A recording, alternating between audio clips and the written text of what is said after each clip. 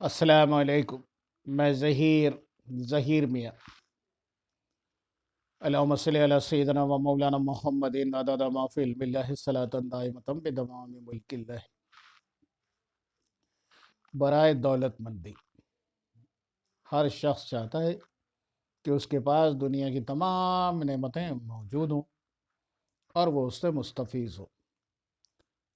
لیکن یہاں میں آپ کو ایک بات بتاتا چلوں، منی مینیفیسٹیشن منی مینیفیسٹیشن ایک اپنے آپ میں ایک پورا سبجیکٹ ہے، ایک پورا ٹاپک ہے۔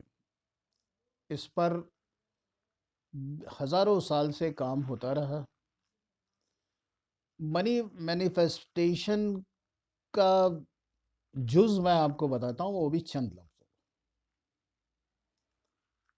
اللہ تبارک و تعالی سے جب کوئی بندہ کوئی چیز بار بار بار بار اور سچے دل سے لو لگا کر مانگتا ہے، تب اللہ تبارک و تعالیٰ کی رحمت جوش میں آتی ہے اور وہ آدمی اسی راستے پر آگے بڑھ جاتا ہے۔ دراصل ایک تو موجودہ وقت کے جو عقائد ہیں وہی بڑے، کیونکہ مومن کیا اس ٹائم ایمان کا درجہ تو یہ ہو رہا ہے نا کہ ہوگا یا نہیں ہوگا، ہوگا یا نہیں ہوگا، ہوگا یا نہیں ہوگا۔ تو بندہ ہے، تو صرف اپنا کرتا جا، کرنے والی ذات ہے، اس کی مرضی، وہ چاہے گا ہوگا، نہیں چاہے گا تو نہیں ہوگا۔ برائے دولت مندی میں آپ کو بتاتا ہوں، دولت مندی کے لیے بہت سارے، میں اب تک کہ دولت میں بے پناہ برکتیں ہو جائیں، خیر ہو جائے، ترقیاں ہو جائیں، آج میں آپ کو بتاتا ہوں یہ خصوصی قسم سے پڑھنا ہے۔ جس دن چاند نکلی، نیا چاند جب نکلے گا، مغرب کے وقت چاند نکلے گا، تو آپ کو عشاء کے بعد یعنی پہلی شب سے ہی شروع کرنا ہے۔ پہلی شب سے اس کو پڑھا جائے گا، اول آخر تین مرتبہ درود پاک پڑھنا ہے۔ اول آخر تین بار درود پاک پڑھنا ہے اور 72 مرتبہ 72 ٹائمز پڑھنا ہے۔ یا باسطو الذی یبسط الرزق لمن یشاء بغیر حساب، یا باسطو الذی یبسط الرزق لمن یشاء بغیر حساب، یا باسطو الذی یبسط الرزق لمن یشاء بغیر حساب۔ 72 مرتبہ پڑھنا ہے۔ یہ پہلی شب سے شروع ہوگا، اول آخر تین مرتبہ درود پاک پڑھنا ہے اور 72 مرتبہ اس سے پڑھنا ہے۔ اچھا، پھر اس کے بعد میں جب یہ پڑھ چکے تو اس کے بعد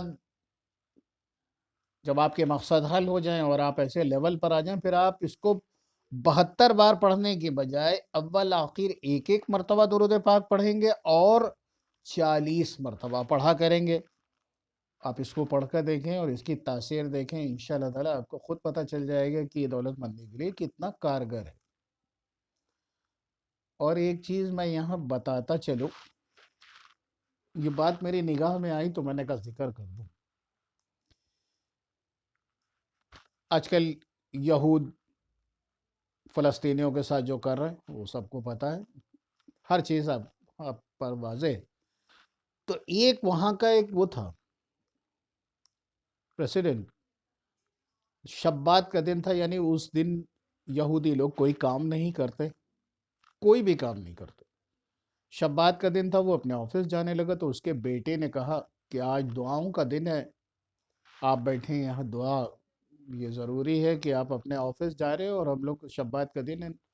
تو اس کے باپ نے ایک بات کہی تھی، کہنے اگر دعاؤں سے اگر ایسا کچھ ہوتا تو خانہ کعبہ میں لاکھوں جو حاجی آتے ہیں اسرائیل کے مٹ جانے کی دعا کرتے ہیں۔